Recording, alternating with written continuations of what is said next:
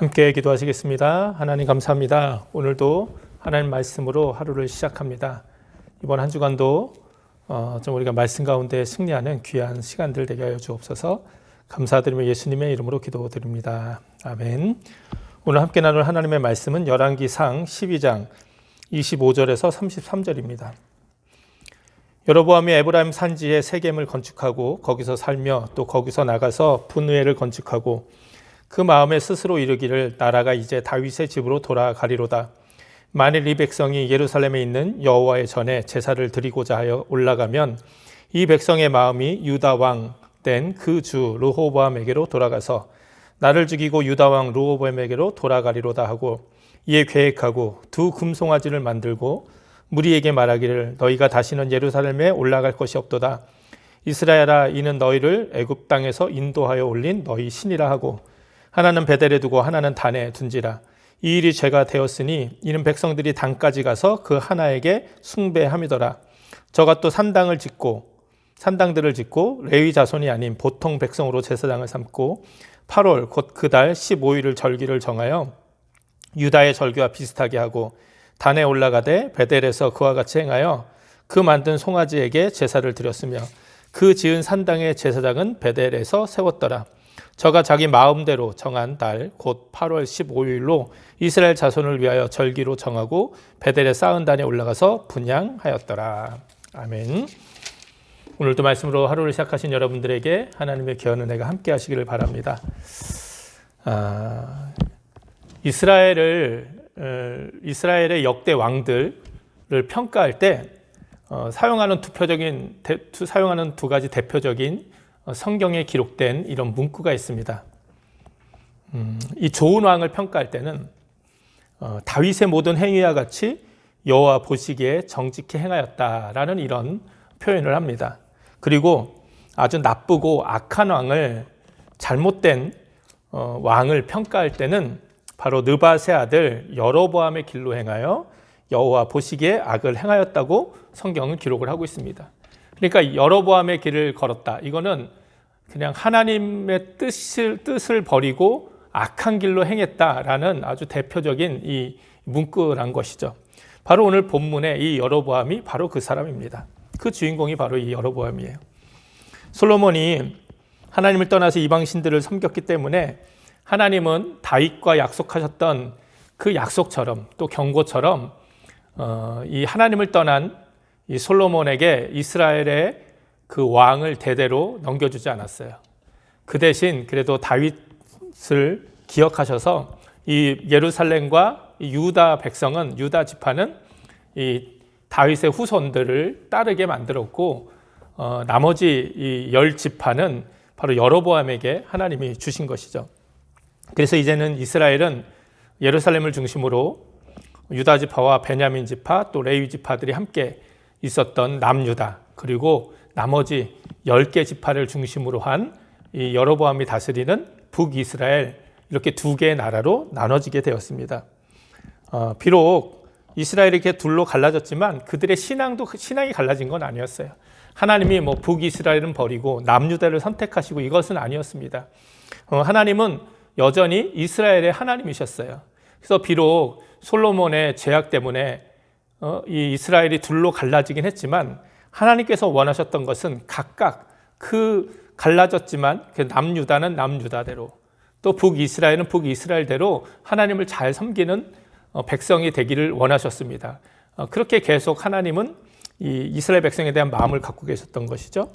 그래서 북이스라엘의 첫 번째 왕이었던 이 여로보암도 사실 하나님이 세우신 거예요. 하나님이 여로보암에게 이 나라들을 주신 것이죠. 그런데 이 여로보암은 그 첫 단추를 너무나도 잘못 끼웠죠. 너무나도 잘못된 하나님이 미워하시는 악한 일을 저지르고 말았습니다. 그것이 바로 오늘 본문의 내용이에요. 여로보암이 어떤 일을 합니까? 왕이 된 후에 금송아지 2개를 만들어요. 금송아지. 그래서 하나는 베델에 두고 하나는 단에 둡니다. 그러면서 이스라엘 사람들에게 이제 예루살렘까지 갈 필요 없다. 성전까지 갈 필요 없다. 이 금송아지가 너희를 애굽에서 인도하여 낸 하나님이니까 이 금송아지를 이 단과 베델에서 섬기면 된다. 이렇게 여로보암이 아주 이런 일을 행한 것이죠. 그리고 사실은 제사를 드리려면 누가 있어야 됩니까? 하나님이 정하신 이 제사법에는 이 제사장이 있어야 되잖아요. 레위 지파 제사장. 근데 이제 레위 지파 제사장도 예루살렘 성전에 가야만 있으니까 이 금송아지만 있으면 뭐 합니까? 그러니까 이 여로보암이 또 어떻게 합니까? 일반 백성으로 또 제사장을 삼아요. 레위 지파가 아닌. 그리고 성전이 없으니까 산당들을 짓습니다. 그래서 또 이제 절기도 있어야 되는데 이 유대 절기와 비슷하게 자기 마음대로 자기 뜻대로 절기를 만들어요. 그래서 그날 또 이 금송아지에게 분향하게 하는 것이죠. 그러니까 말 그대로 한마디로 완전히 다른 종교를 세워버린 거예요. 나라가 갈라졌지만 말씀드린 것처럼 여전히 그들은 하나님을 믿는 신앙을 가지고 살아야 했습니다. 그런데 여로보암은 완전히 다른 길로 간 거예요. 하나님을 믿는 신앙이 아니라 비슷하지만 하나님이 아닌 전혀 다른 이 신앙, 이 종교를 가지게 된 것이죠. 왜 여로보암이 이런 일을 했을까요? 그 이유가 26절, 27절에 나와 있어요. 이제 자기가 북이스라엘의 왕이 되긴 했는데 가만히 생각해 보니까 여전히 나라는 나눠졌지만 다스리는 사람은 남유다는 르호보암, 북이스라엘은 자기가 다스리지만 여전히 자신들이 믿는 하나님은 한 분이시잖아요. 그러니까 자기가 다스리는 그 사람들도 자꾸만 예루살렘에 가서 제사를 드려야 되고 그 성전에 가서 하나님께 예배를 드려야 되는데 혹시 그렇게 계속해서 성전에 가다가 혹시 그들의 마음이 변할까? 르호보암에게 그 마음을 빼앗겨서 혹시 자기를 죽이고 르호보암에게로 돌아갈까 봐 그 두려움 때문에 이 자신의 권력을 지키기 위해서 자신의 자리를 지키기 위해서 르호보암이 계획을 하고 그냥 우발적으로 한 것도 아니고요. 작정하고 계획하고 이렇게 완전히 다른 어떤 종교를 만들어 버린 것이죠. 그 모든 것이 다 하나님이 그토록 미워하시는 일만 한 거예요. 여러분 금송아지 하니까 어떤 사건이 생각나십니까? 시내산에서 그 모세가 시내산에 올라가서 하나님의 계명을 받을 때 이스라엘 사람들이 그 시내산 밑에서 금송아지 만들잖아요. 그래서 그것을 금송아지를 우리를 광야에서 이끌어낸 하나님이다 이러고 거기서 잔치할 때 하나님이 얼마나 진노하셨습니까? 하나님이 가장 미워하시는 일을 행한 것이잖아요. 이 땅에 어떤 것들로도 하나님의 형상을 만들면 안 되잖아요. 그거 바로 우상이 돼버리는 것이죠. 그런데 그렇게 그 일을 행한 거예요. 그리고 하나님이 정하신 제사법, 제사장, 절기 이 모든 것들을 다 자기 마음대로 바꿔 버린 것이죠. 이것이 바로 여로보암이에요. 여로보암. 이것이 바로 하나님 보시기에 너무나도 악한 일이었어요. 그래서 여로보암은 성경에서 하나님 보시기에 악을 행한 아주 대표적인 사람이 되어버린 것입니다.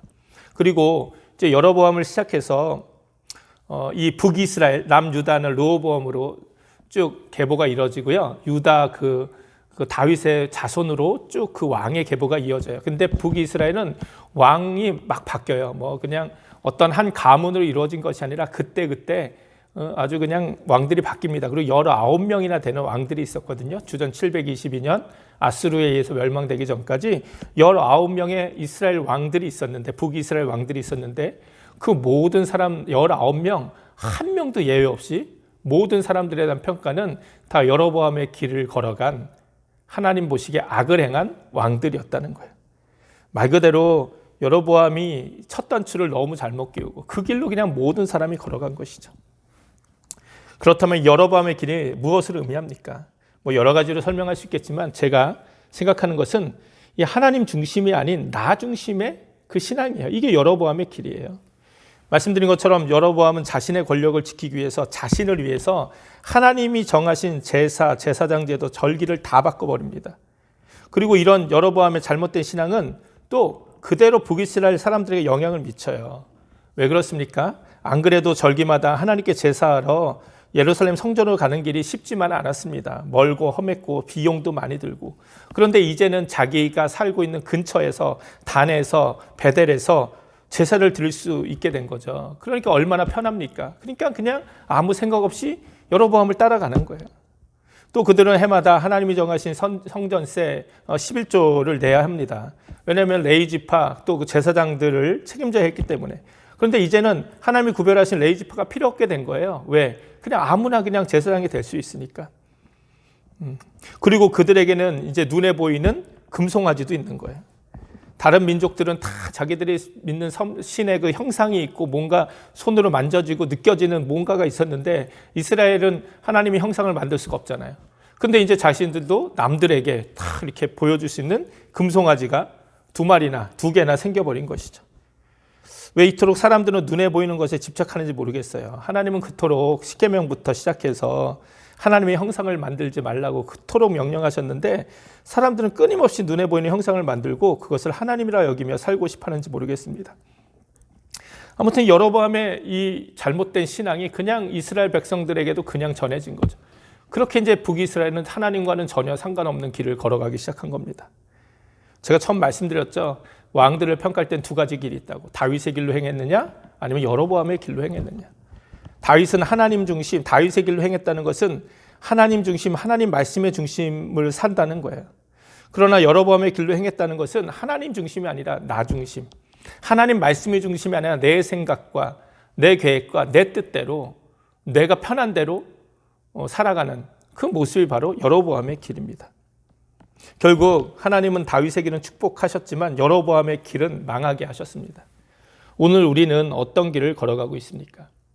어렵고 힘들어도 또 때로는 손해보고 또 헌신해야 돼도요, 하나님이 기뻐하시는 다윗의 길로 걸어가고 계십니까? 아니면 그냥 나 믿기 편한 대로, 내 생각대로, 내 감정대로 그냥 그때그때 그냥 하나님이 정하신 말씀이 아니라 그냥 내 생각과 내가 원하는 그 모습대로 그냥 여로보암의 길로 걸어가고 있습니까? 예수님 태어나신 성탄절이 이제 얼마 안 남았습니다. 우리가 어제 성탄주일 예배도 드렸지만 예수님도 이 땅에 오셔서 살아가실 때 예수님도 예수님의 뜻이 아니라 예수님을 보내신 하나님의 뜻대로 하나님 말씀대로 그렇게 살았고 또 그렇게 십자가에서 돌아가셨어요. 십자가를 지셨죠. 오늘 우리의 삶은 어떻습니까? 그냥 나 편한 대로 그냥 내 감정대로 내 생각대로 그때그때 다른 어떤 그런 여로보암의 길로 걸어갑니까? 아니면 힘들고 어려워도 또 지키기 어려워도 하나님 말씀 붙잡고 하나님 중심으로 하나님 말씀 중심으로 이 여로보암의 길이 아닌 다윗의 길, 또 예수님의 그 길을 우리도 따라 걸어가며 살아가고 있습니까? 정말 이 아침에 우리의 길이 하나님이 기뻐하시는 다윗의 길, 또 예수님의 길이 되기를 함께 결단하고 기도하는 귀한 시간이 되셨으면 좋겠습니다. 함께 기도하겠습니다. 하나님 감사합니다. 우리의 삶이 어떤 삶을 살아가고 있는지, 우리의 신앙이 다윗의 길로 걸어가고 있는지, 여로보암의 길로 걸어가고 있는지 점검하게 하여 주시고 정말 예수님을 맞이하는 이 시간들에 정말 우리도 예수님처럼 다윗처럼 그렇게 하나님이 기뻐하시는 귀한 삶 살아갈 수 있도록 인도하여 주시옵소서. 감사드리며 예수님의 이름으로 기도드립니다. 아멘. 주기도문 하시겠습니다. 하늘에 계신 우리 아버지여, 이름이 거룩히 여김을 받으시오며 나라의 임하옵시며 뜻이 하늘에서 이룬 것 같이 땅에서도 이루어지이다. 오늘날 우리에게 일용할 양식을 주옵시고 우리가 우리에게 죄인 자를 사해 준 것 같이 우리 죄를 사하여 주옵시고 우리를 시험에 들지 말게 하옵시며 다만 악에서 구하옵소서. 나라와 권세와 영광이 아버지께 영원히 있사옵나이다. 아멘. 오늘도 말씀 기억하시면서 함께 기도하시고 또 나라와 민족 교회 가정 위해서 계속해서 여러분 기도해 주시기 바랍니다. 함께 기도하겠습니다.